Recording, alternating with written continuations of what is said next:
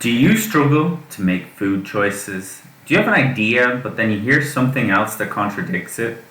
Does it sometimes cause you to give up or just not know what to do? Well, here is how I make my food choices in such a way that maintaining my weight, cutting, and bulking are easy as pie. I just slightly adjust the parameters in order to achieve the specific goal I'm trying to achieve. This is Michael from Seagull. Welcome back. And today we're going to be looking at food choices. So first of all, in general, what do you want to consider? So my rule of thumb is the closer to the source, the better. The less processed, the closer it is from having just come out of the ground, the better. And there's a very, very simple reason for that. As a given food is processed, that is, it is altered, the calories increase, the quality of the nutrients decrease. And so, from a purely, let's say, even aesthetic point of view, if you just want to look as good as possible, picking lower calorie foods, more voluminous foods, is a far better choice in general. And guess what? If the food is closer to the source, it'll probably have less calories in general, at least then the version of it that is highly processed or even a little bit processed. The classic example might be pasta. Pasta doesn't seem like it's a lot processed, it's just grain that is broken down, but it is actually far more calorically dense than its alternative. We'll get more into that in a second. So before I get into solid foods, I want to have a quick little chat about drinks.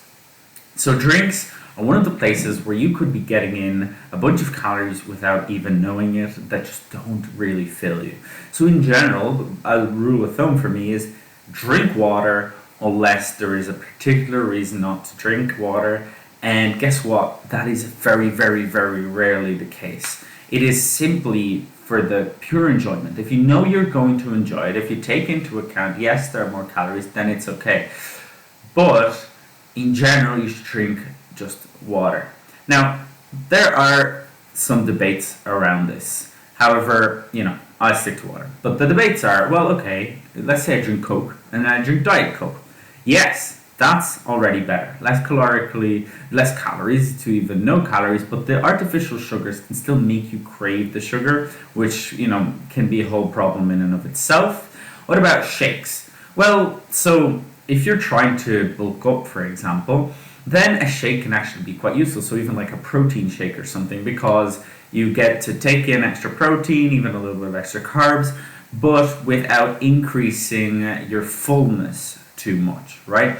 But if you're trying to cut, it is horrendous. You are taking in calories without them filling you almost at all, to be honest, right? So if you're going to make choices around drinks, make sure that they are just pretty good reasons. Even, those famous smoothies, be careful around that, because you broke down the dietary fiber that's in any of the, in the vegetables. Well, not all of it, but a lot of it, meaning that you are going to process a lot of nutrients, a lot of calories within a shake, but you're really not going to fill up all that much. It's going to pass through your system a lot. So especially if you're trying to lose weight, in my opinion, smoothies are a horrible, horrible idea. Also because, for example, in something like a fruit juice, like an orange juice, you have the problem of it having been brought down to sugars, which means the sugar gets into your system much faster, the fructose gets into your system much faster, meaning, it's just generally not a good idea. Unless you particularly if you want to put on weight in a very fast, uncontrolled manner, you're good to go. Otherwise, you're better off trying to have more solid foods, right? So then, how do you pick your food, right? Well, you pick it according to the categories: protein, carbohydrates, fat. And actually, before I get onto food, I'd like to talk a little bit about ethanol. I mean, in general, right?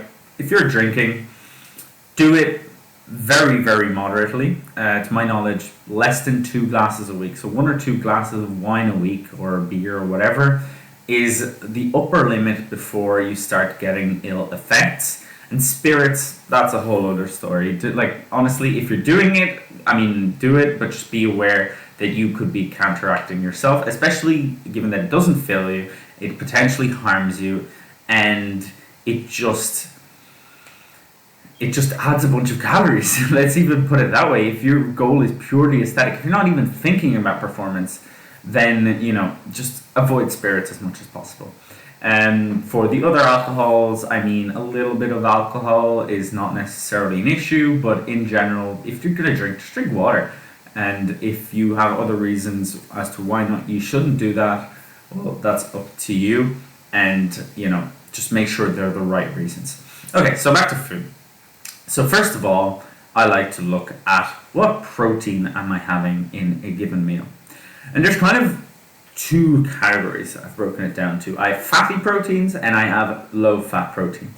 Depending on what I'm trying to achieve, I go for one category over another. So very simply, if I'm trying to cut, I go for low fat protein. So that can be white fish, that can be a lot of chicken in my case, turkey, any low fat protein, less than maybe 4 or 5 grams of fat per 100 grams, and you're in a pretty good range. And then you also have the fatty proteins. These are the tastier proteins. They can be useful sometimes even in a cut, because you can get a little bit of extra fat, which if you've hard time getting fat in other ways, it can be useful for your hormonal balance. But in general, I try to reserve these for maintenance and bulking. Especially for bulking, it is an easy way to just get a boost of extra calories while eating the same amount of stuff. Meanwhile, at maintenance, I might prioritize low-fat meat or fish, just to make sure that I'm getting in my protein and have space for other things. But there you have a bit more flexibility about which one do I want to pick. Second category in food is the carbohydrates. So here, this is one of the big factors for me, honestly, alongside the protein when I am trying to either cut or bulk. So if I'm trying to cut, if I manage my carbohydrates properly, it can make my life entirely different. So in general, what do you think of as carbohydrates? Do you think of pasta, rice, different cakes, different snacks? Okay, well, if I get rid of pasta, rice, cakes, snacks, all of a sudden, what am I left with? I'm left with legumes, fruit, vegetables, and that's already a really, really good selection. But even then, if you look at the caloric density, in my experience, I like to really go ham on vegetables like cabbage, vegetables like broccoli, and the biggest one I like to look at is tubers, in particular potatoes. Loads of different kinds of potatoes. Just kind of pick one, and you're generally in a pretty good place. But tubers are a lifesaver in my opinion. So I have generally on my plate, on a cut in particular, I have some lean meat. I have a tuber of some kind, so generally just potatoes because they're easy to find. And then I have some other form of vegetable, as that is this is just how I get the most nutrients in. It fills me up. It makes me feel like I can do anything, and it makes cuts really, really quite easy. You heard I also mentioned legumes. Legumes are a bit iffy for me on a cut. The reason being is they're actually surprisingly calorically dense, and the protein quality of them is not fantastic. So if you're trying to rely on them for protein, they can be useful to a certain extent, but make sure you're getting in other sources of protein. And fruit is really useful to fill you, especially I love berries.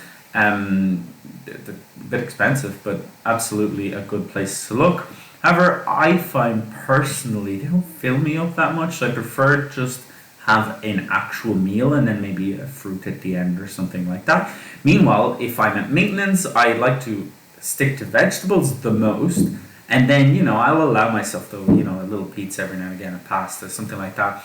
Personally, I'm not mad into sugar, so I don't have sugars all that much, but I love bread, so it's unfortunate, but I'll have my slice or two of bread depending on what I want. And meanwhile, if I'm on a bulk, you might even choose to purposely use pasta. Like I use pasta a good bit. The Italian in me finds that quite useful as well, just because there's so much of it around. And so that's kind of how I make those choices. I like to stick to vegetables, tubers as much as possible, but then as you start bulking, it's quite useful to use rice, pasta, more calorically dense foods. And honestly, if you make them right, any of these can be very, very tasty.